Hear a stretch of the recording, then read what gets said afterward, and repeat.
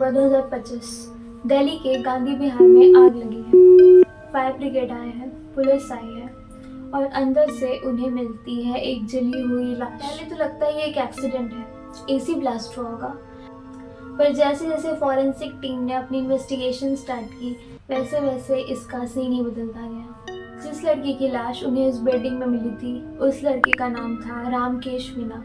उसकी उम्र अराउंड 32 होगी, जो कि एक यूपीएससी एस्पिरेंट था।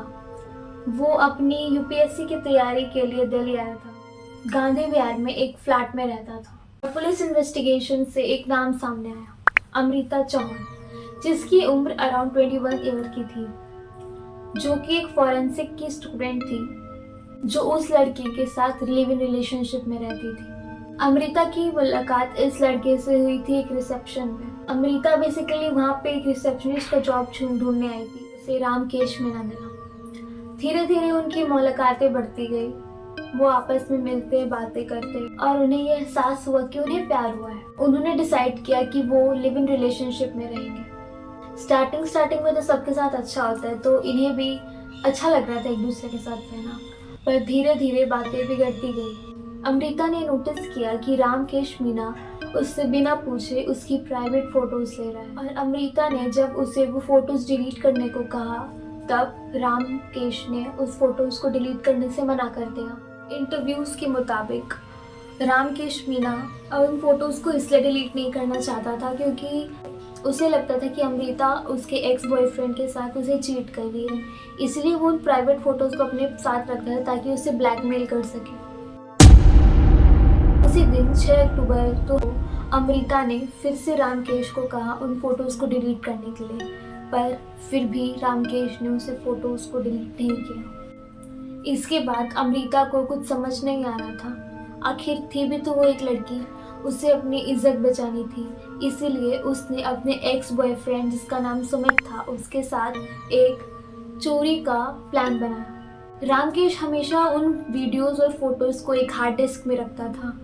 उसी हार्ड डिस्क को चुराने के लिए अमृता और उसके एक्स बॉयफ्रेंड सुमित ने उस प्लान बनाया कि अमृता को पूरे फ्लैट में वो हार्ड डिस्क कहीं नहीं मिला, इसलिए उसने एक दूसरा प्लान बनाया, पर यह प्लान मर्डर का था। इस प्लान में शामिल था एक और इंसान जो कि था सुमित का फ्रेंड, जो कि एलपीजी सिलेंडर का सप्लायर था। उसे ये सब पता था कि कितना टाइम लगेगा गैस को एक्सप्लोड होने में। रात के 2 बजे संदीप और सुमित रामकेश के फ्लैट गए। उसने सुमित को चेयर पर बिठाया और उसे बांधा।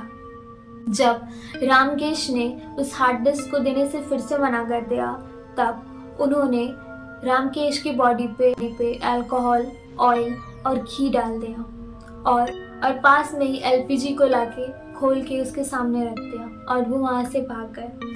भागते वक्त एक इम्पॉर्टेंट चीज़ नोटिस कीजिएगा। इसकी सबसे इम्पॉर्टेंट चीज़ आप नोट कीजिएगा कि जब पुलिस वहाँ पे पहुँची तो उन्हें वो गेट बाहर से बंद दिखा, तो उन्हें लगा कि एक्सीडेंट ही है क्योंकि गेट भी बाहर से बंद है, बट ये भी एक स्ट्रैटेजी थी।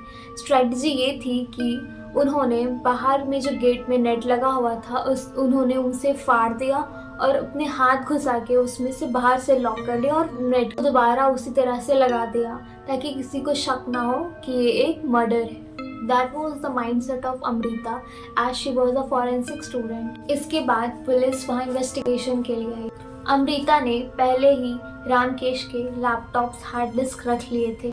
उन्होंने एक हार्ड डिस्क रिकवर किया और ये हार्ड डिस्क रिकवर होने के बाद उन्हें सच पता चला।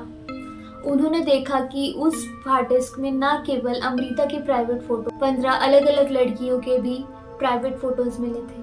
रामकेश मीना के बॉडी मिलने के बाद उनकी फैमिली ने एक केस फाइल किया था जिसमें ये पुलिस इन्वेस्टिगेशन स्टार्ट हुआ, जहाँ पे सीसीटीवी कैप्चर किए गए और रात के 2 बजे उस सीसीटीवी में 2 इंसान पकड़े। ऐसे तो उनका फेस कवर था तो कुछ पता नहीं चल रहा था, पर जैसे ही उन्होंने अमृता को पकड़ा पूरा केस साफ हो गया।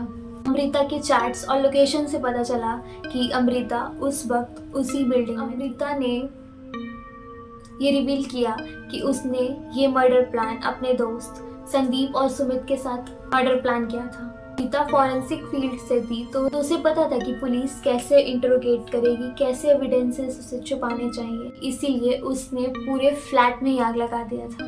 दूसरी तरफ रामकेश भी सही नहीं था। वो बिन पूछे लड़कियों के प्राइवेट फोटोज लेता और उन्हें अपने पास रखता। तो इन बातों से ये तो प्रूव नहीं हो जाता कि अमृता सही थी। टॉक्सिक रिलेशंस हो सकता है, फाइट हो सकती है, पर किसी की जान लेना ये कभी सही नहीं। अमृता और सुमित ने अपने स्टेटमेंट दे दिए हैं, जिसकी वजह से ये केस शायद क्लोज हो गया। ये बात अभी ऑफिशियली कंफर्म नहीं है। कोर्ट के फाइनल वर्डिक्ट्स का भी हम इंतजार कर रहे हैं। ऐसी ही रियल टाइम क्राइम स्टोरीज जानने के लिए सब्सक्राइब टू माय चैनल।